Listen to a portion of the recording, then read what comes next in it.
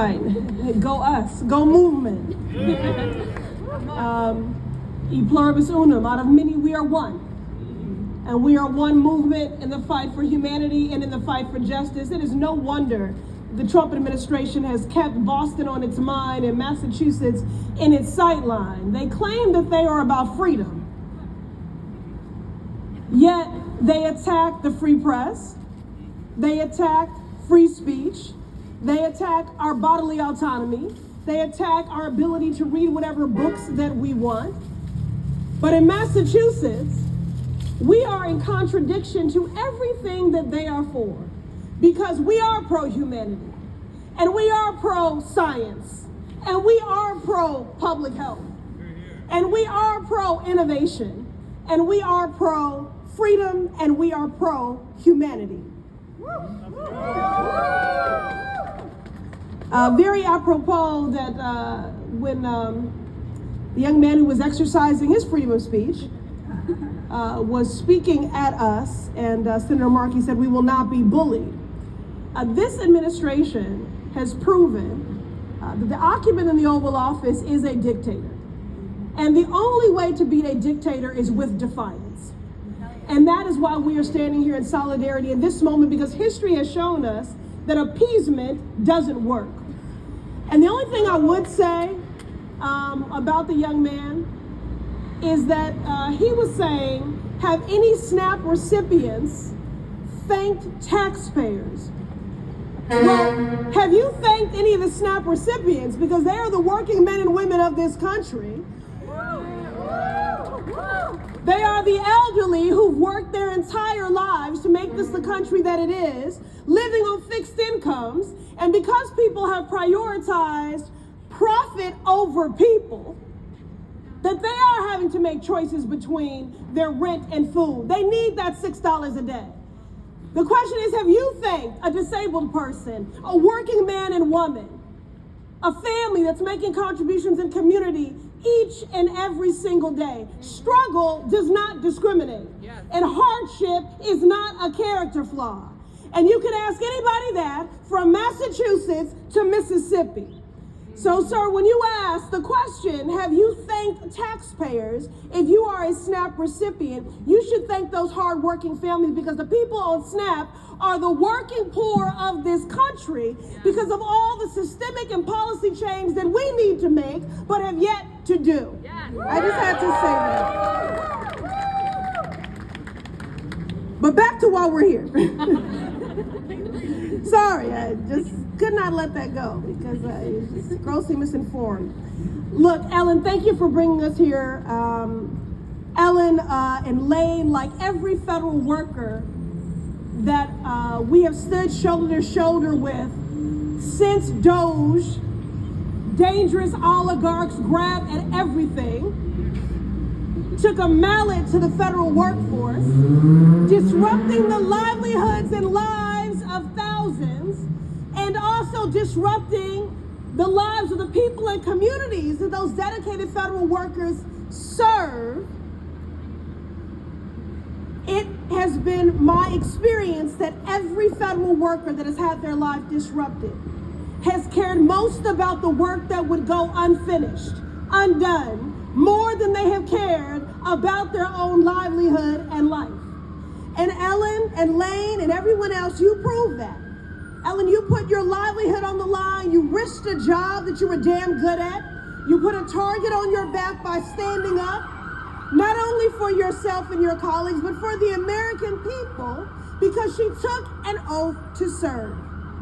But as her congresswoman, as her brothers and sisters in the labor movement, as her partners in pursuit of food justice for all, as humans with a shred of decency and conscience, we are here to say that while you might be willing to make the sacrifice, Ellen, we will not allow you to be a martyr. We will not keep our heads down and hope the worst of this administration's hurt and harm falls on someone else. And we will not be cowed by these threats. Again, the only way to beat a dictator is with defiance.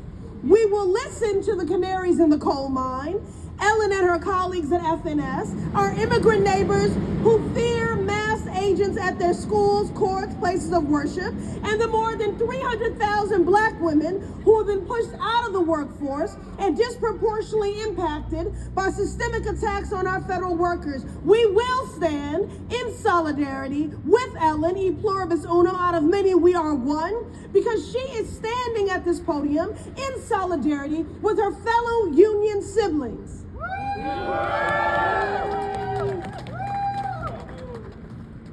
It is devastating what has happened, but certainly not surprising in this Trump culture of political retribution and vengeance and sham investigations.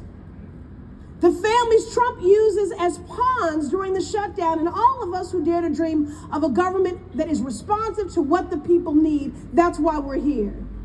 That is why we're here. I just wish we had a president and a cabinet as committed to the mission of their agencies as the workers they so fervently try to purge. But they need us to believe, they want us to think, they want a citizenry that is ignorant and uninformed, that is indifferent to the suffering of its neighbors, that is inactive. And every time we push back, we reject their dark vision for this country as an inevitability. They keep underestimating us. They weren't counting on someone like Ellen, who knows that true strength lies in our collective power and is willing to be a lightning rod in the name of justice, of fairness. Ellen is ready for this fight, but that's never really been a question since I met her at our first shutdown roundtable back in October. Her congresswoman, This morning, because I want to leverage every tool available in this moment in defense of Ellen and all our federal workers, I wrote to Secretary Rollins demanding Ellen's immediate reinstatement. Thank you, Senator Markey, for joining me in that. It is truly shameful that while communities scramble to mitigate Trump's attempts to deny families their SNAP benefits despite court orders, Trump and the USDA were working around the clock to stifle Ellen's voice and dissuade others from standing up and speaking out. I mean, listen, I get it. Elections have consequences. They have the majority. They have the House, the Senate, and the White House.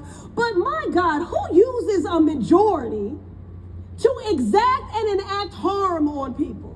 Instead of using the power of a majority to keep families whole, to keep people healthy, to keep us safe, to uplift communities, to advance progress, instead, in the name of so-called efficiency, they've made people poorer, hungrier, sicker, and less safe. They daily speak with a mouthful of scriptures, have the nerve to invoke God when they walk with a heart full of hate. But I am so over wondering how low can they go. Instead, I can only ask, how hard can we fight? And we are here today. We are digging deep, fighting for Ellen and dedicated federal workers like her who took an oath to serve, to give back to our communities daily, to literally feed our neighbors.